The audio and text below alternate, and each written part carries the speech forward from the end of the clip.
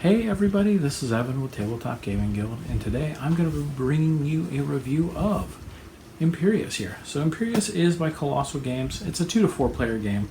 It takes about 20 to 45 minutes, ages 14 and up. So I'm going to take you down to the table and then kind of show you what's in the game and how to play it, then bring you back up for my final thoughts.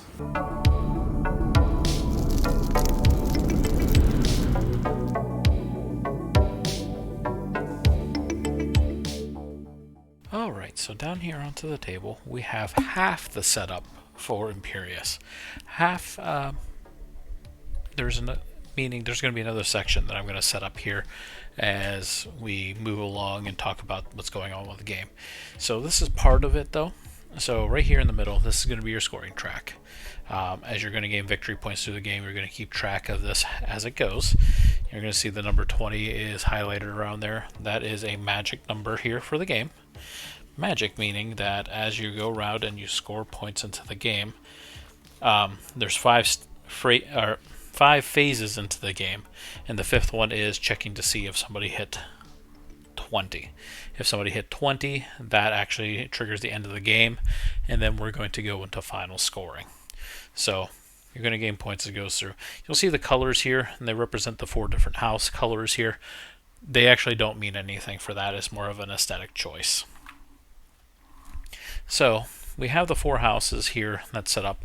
You're going to have counters here, and these are called control tokens, which we'll explain a little bit later here. This is for marking units that have died in your game. Now, I didn't put anything on this one because if you flip onto the back, all of them have a little description about the house and a little more about them. So if you want to learn a little bit more about the lore, they're available through here. These are the planets that you're going to be working on and trying to gain control of. There are more available in the game, but these are actually for the more advanced game. It is recommended that you don't use them your first go around. Use the basic 4. First player token right here. And then these are the cards that you're going to be using. There's a whole stack of them. And there's a bunch that you won't use until you're more comfortable in playing the game. But as I pulled up the cards here, so there's a couple different values and some information down here. All the cards are going to have a house that they're associated with. So like these would be the elders for House Quell and House Zathmar. There are a couple other cards too that look like this that don't have any house association. These are event cards. As you can see, it's labeled down here as event. So what do these cards mean? So what these cards mean is they're going to be the most important part of the game. So in the second part that I'm going to set up, we're going to show you how we're going to use these cards, what these numbers mean over to the side, and talk a little bit about the abilities here. But so you can see kind of this basic part right here of some of the different things that are going to be going on off to the side. So let's clear this off, and then I'm going to set up the next part for you, which is really the meat of the game. All right, so I've got everything cleared off here, and the 4 planets that I was saying that you're going to be using in the game, you can see I have them aligned on the top, right here. So you're going to have your player board out in front of you, whichever house you're going to be, and then you're going to have the scoring card off to the side somewhere, and you're going to have these out in front of everybody, kind of in the middle. And that's where this deck of cards comes in. So what you want to do with that is, once you have everything set up with it, you just follow the rules in the instruction book. You're going to have some random events that you can select from. It gives you recommendations for setting it up for your first time, for your first couple times.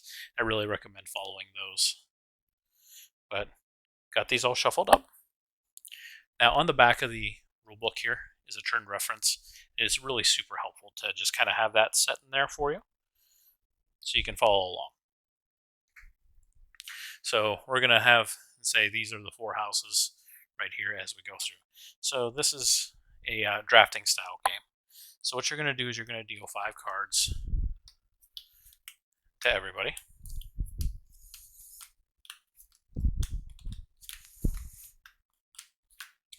Alright, these get set aside.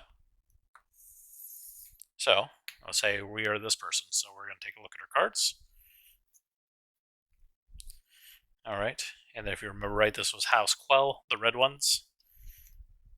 We look at our hand, we didn't get any of our own house, which is perfectly fine, okay? As you'll see here later in the video, why that's not a big deal on why we didn't get any of our own house. But this is the hand that we're going to work with. So we're going to take a look. You can see there are all sorts of different cards. So we're just going to take this Elder here for House Athmir, and we're going to put that in our hand. And since it's drafting, cards that are left are going to go to our opponent here. So we have no idea what they're going to take, so we'll just kind of random selection here. So, our new set. So we're going to take a look. See, there's our Elder. There's the Ambassador. We wish we could take more than just one. So we're going to try and take the Ambassador here for us. And then likewise,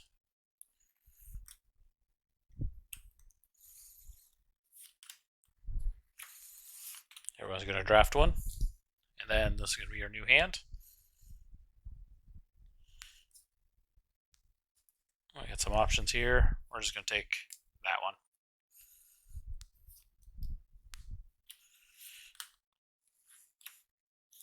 There's a couple strategies you can use, but we're just trying to select stuff here. So we're going to take the Ambassador there for Ashon. We're going to take one, and take one. So these are the last 4 cards here. Okay, I'm going to take the hands for everyone here and kind of set them off to the side for right now. So once we got the dealing, which was putting the cards out for everybody, and then the drafting. The last part of the drafting is when everyone's down to the last card.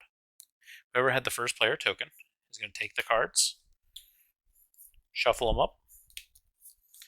And obviously, they're not going to know what most of these are, so got them shuffled. They're going to place these out face up on these planets randomly. That's what's going to happen every time. So the last cards are not going to be drafted. They're just going to be placed out. So ends the second phase. As you can see from the rulebook, turn reference, there's only 5 phases, so it moves right, the game moves quickly.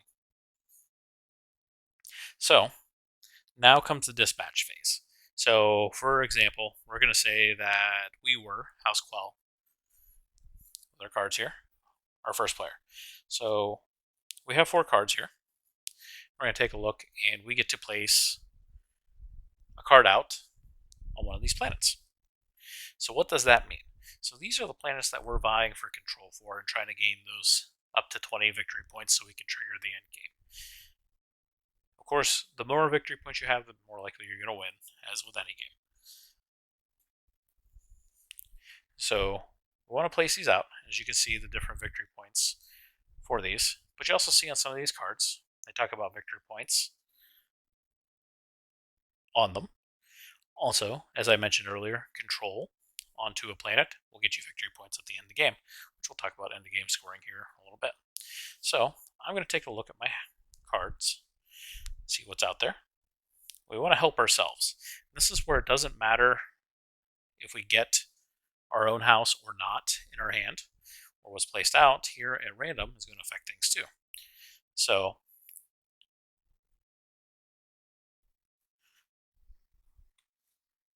let's say we want to place this ambassador here on, let's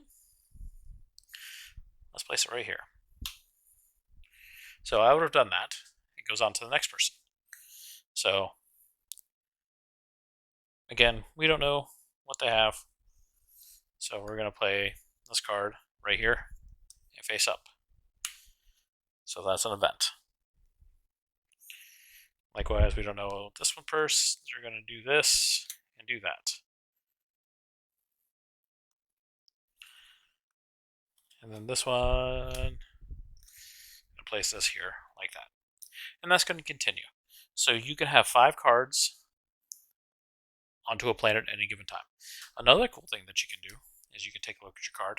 Let's say we want to place this. Place it over here because we have another one of our factions over here. But we don't want other people to know that that's out there. You can actually place cards face down. You can have, like I said, 5 out onto a planet, and you can have up to 2 faced out. Now there are a couple cards that will have the word infiltrate on them. If they have infiltrate, let's say if that had infiltrate, you would place it sideways on there, and that card would not count to that 5 card limit. Okay. So what I'm going to do, I'm going to throw a couple more cards out here and show you what happens next. Let's see. Put that there. Get another face down, and face up. So at this point, we have finished the dispatch phase. So the next phase is going to be the resolution. So you start from left, working right. You start by first flipping over any cards that are upside down. Now comes to the leftmost or left upper corner here. That is the initiative of the card. And what you're going to do is you're going to place them from smallest to highest up. And the cards we're going to resolve in that order. So first one here is going to be the Royal Guard for House Ashton. You can see it has the word protect on there. There's only a few key terms onto the game. They're all right here onto the back of the rule book here. So what's nice with the Royal Guard is they can protect, so if there's an assassination, they can protect a unit belonging to that house. So next is going to be House Drakai's Elder, followed by House Sathmir's Elder, followed by House Drakai's Ambassador. You can see that has some text there, but we'll go over that here in a little bit. And then we have the Assassin here for House Drakai. So seems like Drakai really pushed for this planet for whatever reason at that point. So we have them all in the order, and I've gone through them. So like I said, we're now going to resolve them. So this will protect any assassination just to that house. There's nobody else from that house there, so nothing will happen there. The order has no text, same with that. So the ambassador here, if F, which is this blue here, which stands for favor, is on this planet, meaning if they have the most, they're going to score 3 victory points. So they tally up all of these. So right now Drakai has 2 plus 3. Assassin gives them none. So they have 5 versus 0 and 1. So they will get 3 victory points, and you put that on the victory point sheet right away. And then that card is now resolved. Then we do the assassin. So if there's an enemy noble on this planet, you can assassinate, and you get victory points. That's where, on your sheet 2, grab one, you have right here. Anytime that you would lose something to, say, an assassinate, you're going to slide this over, and it's worth negative victory points at the end. They don't tally to the end, though. So at that point, this house, or not house, but this planet is now set and done. One thing of note for this game is there are no friendly It's friendly ties. It's called unfriendly ties. So if there's a tie, say with the ambassador here, say if there was a 5 and 5, then nobody would win that planet. So there's another type of card which we'll run across as we run through here called a commander. Commanders, if use the power to check for victory, and if they do, that you get to place one of your control tokens down. Control tokens are worth a lot of victory points at the very end of the game.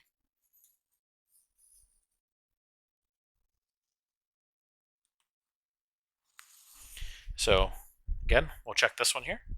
So flip over, and then we arrange them in order. So 0, 4, 2 6s, and a 7. So we just take a look. Royal Guard there for Drakai. We have the ambassador here for Ashnon. Now it's going to check for favor. So we're going to take a look real quick. So right now, favor is 2 for Ashnon and 3 for Drakai. But as we move through, we have an assassin here, an assassin here, and a noble there. One of these assassins would kill this noble, normally. But we have the Royal Guard here, and the Royal Guard is going to protect the noble because of that.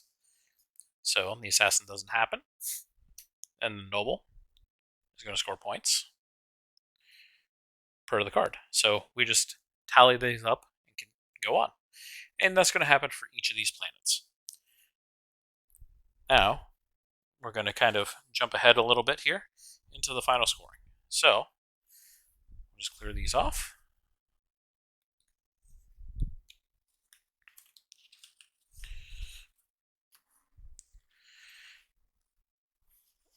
So, in an example, say if scoring is like that, you're going to go into final scoring mode, and we're going to have to throw a couple of these control tokens out. Say as we've played. As there's no real time limit to the game, it goes until, like I said, there's 20 points. So we'll say that this is where things set at this point. So on this last turn, Zathmir hit 20 points. Real tight game as it went along. So first thing you're going to do, on each planet, you're going to see who has the most control tokens. Like I said, the control is going to be mostly used with the commander here.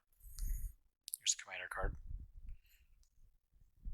Those are the ones that are going to put the control tokens down using the power. So you're going to look at each planet who has the most control tokens. So say on this one, Zathmir has 2 versus Drakai's 1. So that means that Zathmir is going to score the 2 victory points. Likewise here, we're going to look. We see we have a tie between Ashon and Drakai. There is no friendly tying in this game, so nobody is going to score that house, or planet. Likewise, everyone here has 1, except for Ashon has 2. So they're the ones that are going to get 4 points. Wujen, again, 2 and 2. It's tied. Zathmir is below, so nobody's going to score on that. Next thing you're going to take a look is you're going to go and count how many control tokens you have out. Each control token is worth 1 point. So say Ashon, 1, 2, 3, 4, 5. Zathmir has 4.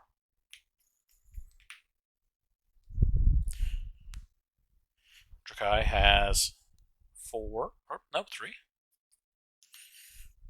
And Quell has 3. The last thing you're going to do is you're going to subtract points for deaths that you have. So let's just say it goes like that. At that point, that is who the victory. So at this point, Zathmir would have been the total victor. And then there are a couple ties tiebreakers for that. But that's the game in a nutshell here. So I'm going to take you up from the table and give you my final thoughts. So back up here from the table, my final thoughts on Imperius.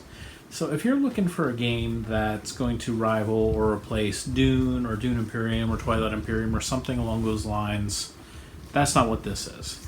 So this game boils down to a very basic drafting game with a layer of strategy with your card placements on the planet side. And there's a little bit of bluffing that goes in there because you can have the upside down cards in that, which I think is a really cool added feature into this game. It is not super complicated at all. The rule book here, let me grab it. It's super thin and like the text is very large, lots of diagrams with it. 15 pages plus the reference onto the back, which, like I said in the video, was very, very helpful to have just this laid out right there. But the game is not complicated at all, like I said. Very, very affordable, which is really nice.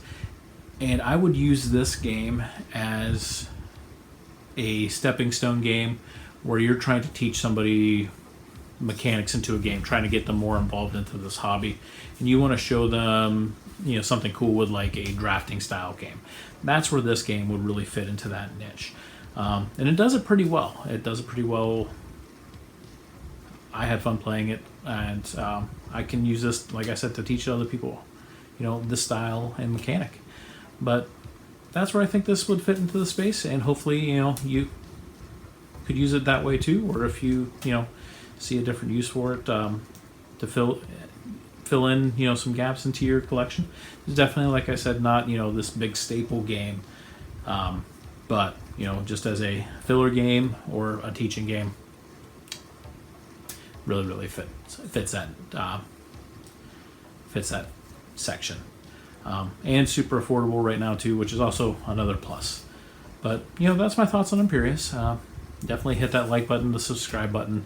That way you can see any of our new content as soon as it comes out. Hit the little bell there, that way you can be notified anytime any new video comes out. And definitely throw some comments down below if you played this, or if there's any other style of games that kind of fits into this mold. Let us know and we'll definitely take a look at them. But until later, this is Evan with Tabletop Gaming Guild. Have a good night.